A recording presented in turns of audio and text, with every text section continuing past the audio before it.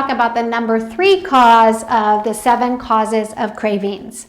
If you are really struggling with cravings, it can be sugar, carbs, salty, crunchy cravings. You might want to think about your food choices. Inadequate nutrient-dense foods can increase cravings.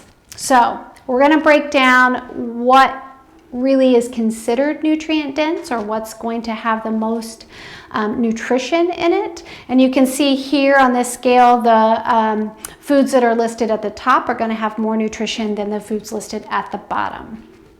So minimally or unprocessed foods are things like fruits, vegetables, meats, nuts, eggs, whole real foods that you really don't have to do much to. You're going to the apple tree and you're picking an apple off and eating it. No processing done.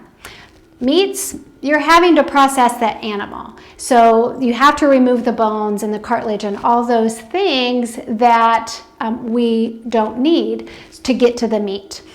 Although processed or minimally processed, it's still high in nutrition. Processed foods are a little bit more tricky because ingredients are added and they're altering the state of the food item. Most typically, they're altering it, but not to a degree that it's unsafe. So you can think of things where they're adding ingredients to make the final product. Maybe they take the apples off the tree and they make it into applesauce, where they're adding some sugar and spices to make the applesauce. That is considered processing. So it's tricky because you have to pay attention to these added ingredients, and you have to learn to minimize those things that you're using. So things like roasted salted nuts compared to like a raw nut, they have processed that. Still a healthy option. Canned tuna, canned beans, still healthy options. So that's what you have to think about with processed foods.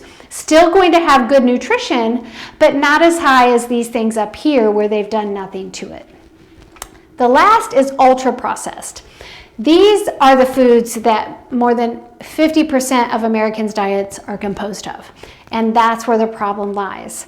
These foods are going through multiple processes to go to the final product.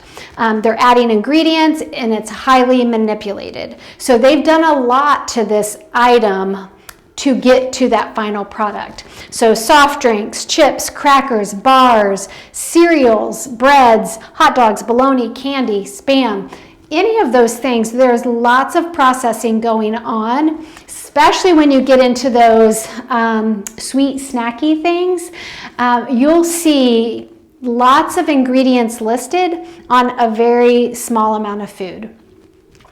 Unfortunately, it can even be ingredients that none of us can even pronounce, or we're even unfamiliar with what that would do in the product.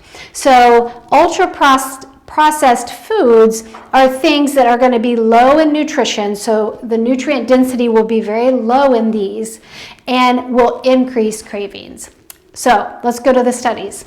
2019, in the Journal of Cell Metabolism, they found that ultra-processed diets led to an increase in food intake. So the people who ate more of these, more bagged box container fast foods, they were able to eat more food in general.